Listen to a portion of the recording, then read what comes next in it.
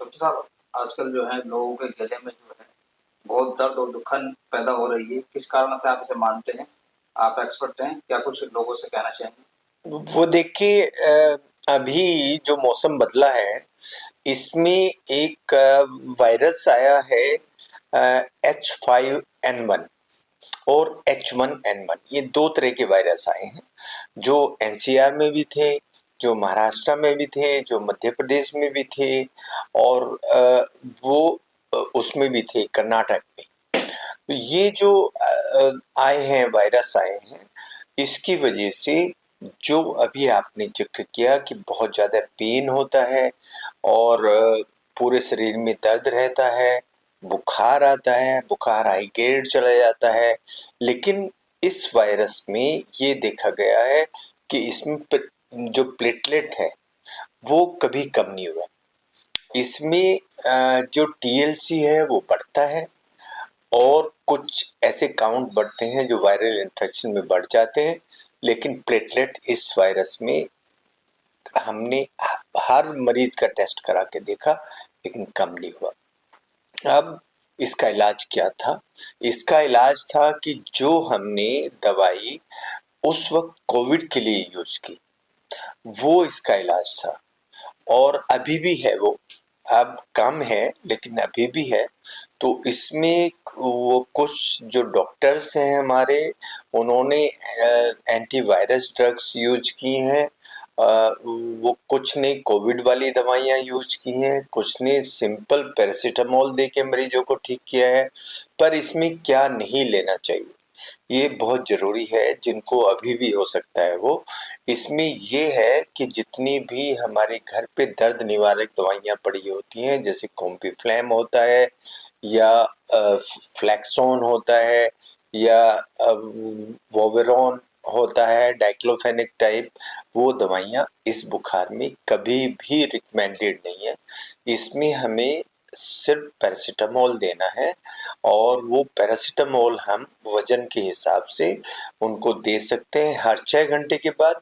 लेकिन फिर भी अगर बुखार नहीं उतरता है तो हम पानी की पट्टी गले पे रखें या पेट पे रखें और उस बुखार को उतारें। उसके साथ अगर पेट के सिम्टम्स आते हैं तो हमें कोई इलेक्ट्रॉल वगैरह देना चाहिए या कोई सिम्टोमेटिक पेट का पेन किलर देना चाहिए।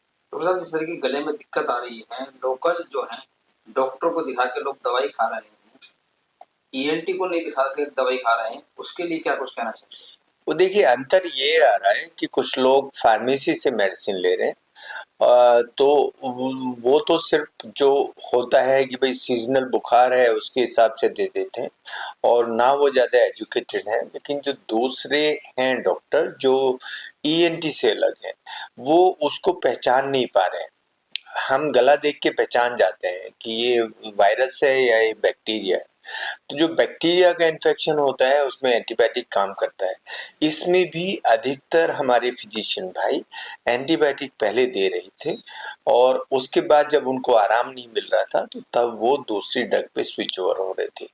अब आइडियली हमें उनका जो अंदर का ओरल कैविटी है, टॉन्सिल वगैरह या जो जीभ के पीछे वाला हिस्सा है उसको देख के ये अंदाजा लग जाता है कि ये वायरस है या ये बैक्टीरिया है। इसके लक्षण क्या कुछ होते हैं डॉक्टर साहब? जो लक्षण अभी आपने हमें बताए इसमें हाई ग्रेड फीवर जाता है, 103 से ऊपर चला जाता है, इसमें गले में दर्द रहता है, पूरे शरीर में दर्द रहता है और हर 4 से 5 घंटे में हमें फीवर चढ़ता है। उसके साथ साथ कुछ पेट की शिकायत हो सकती है, उल्टी जैसा हो सकता है या ऐसा हो सकता है कि हमें अपने पेशाब में बर्निंग हो जाए क्योंकि डिहाइड्रेशन हो जाता है। तो ये सब परेशानियां इसमें होती हैं। डॉक्टर साहब, कुछ लोग जो हैं गले में जब दिक्कत होती है तो कुछ लोग गरारा वगैरह भी कर लेते हैं घरेलू नुस्खे को देखते हुए, उससे क्या कोई इसमें दिक्कत है? नहीं, जो जो लोग गरारे कर रहे हैं वो सूदिंग इफेक्ट होता है, उससे कोई इसमें कभी कोई दिक्कत नहीं आती है। पर हमें ये मान के चलना चाहिए कि जितने भी इस तरह के वायरस होते हैं वो नाक के पीछे एक जगह होती है नेजोफेरिंक्स, वो वहीं पे इकट्ठे होते हैं और वहीं से फिर वो आगे स्प्रेड करते हैं। वो कान में भी जा सकते हैं, वो गले में भी जा सकते हैं, वो फेफड़े में भी जा सकते हैं। जो इम्यूनो कम्प्रोमाइज पेशेंट हैं, कैंसर के मरीज हैं, डायबिटीज़ के हैं, गुर्दे के हैं, उनको निमोनिया भी पैदा कर सकते हैं और उनकी जान भी ले सकते हैं।